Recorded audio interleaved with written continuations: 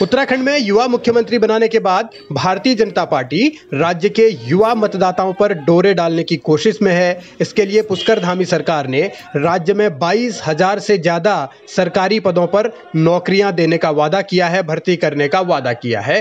पहली कैबिनेट की बैठक में ये ऐलान भी किया जा चुका है, यानी सरकारी नौकरियां दी जाएंगी, इस बात को कहा गया है। लेकिन क्या इतने कम वक्त में यह सब कुछ हो पाएगा, इसलिए विपक्ष को सरकार की नीयत में खोट नजर आता है। बात वो करिए जो जनता को पचे या जनता की समझ में आ जाए। ये केवल जुमलेबाजी है और कोई काम नहीं है।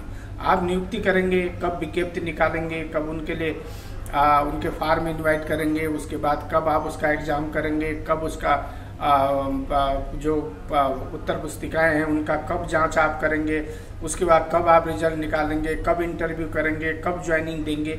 इसमें तो सालों की एक लंबी प्रक्रिया है। ये कहीं कुछ नहीं, केवल एक जुमलेबाजी है।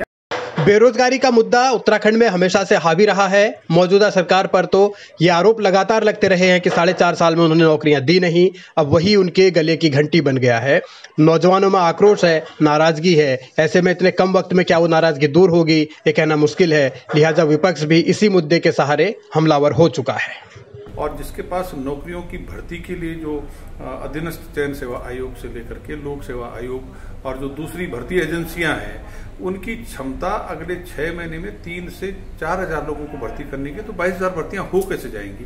तो जो नए मुख्यमंत्री आए हैं, उन्होंने जिस तरह से नौजवानों को गुमराह करने की नाकाम कोशिश की, उसका खामियाजा अगले 3 महीने बाद भारतीय जनता पार्टी को बुरी तरह से भुगतना पड़ेगा। और जब तक चुनाव आते हैं तब तक, क्योंकि लोगों को नौकरियां मिलनी नहीं है।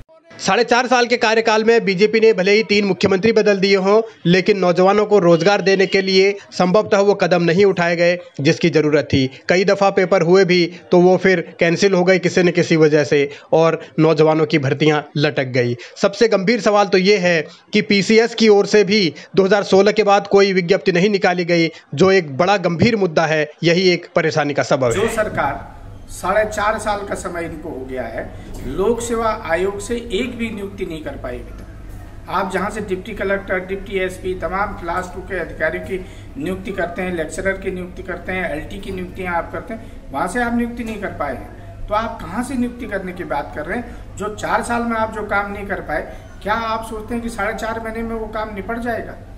इससे बड़ी हास्यास्पद बात और कुछ नहीं हो सकती। केवल ये नौजवानों को ठगने की बात है। नौजवान यहाँ का समझ गया है। बेरोजगारी का मुद्दा बड़ा गंभीर है। राज्य में नौकरी न मिलने की वजह से पलायन भी होता है, और इस मुद्दे को भुनाते हुए 2017 में बीजेपी सत्ता में आई भी थी, लेकिन वो सपने जो दिखाए गए वो पूरे नहीं हुए। अब वही सपने बीजेपी को भी परेशान कर रहे हैं। सवाल ये है कि नौजवानों के लिए जिस आयोग से भर्ती होती है, यानी एक पीसीएस भी एक प्लेटफॉर्म है जिसके जरिए भर्ती होती है, लेकिन वहाँ से भी कोई फॉर्म 2016 के बाद अगर नहीं निकला, कोई नौकरियां नहीं दी गई, या जो तमाम चीज़ें हैं वो अगर पूरी नहीं हुई, तो फिर नौजवान बीजेपी पर क्या इस बार भी भरोसा करेंगे, या फिर जो बेरोजगारी का मुद्दा है वो बीजेपी के गले की फांस बनेगा।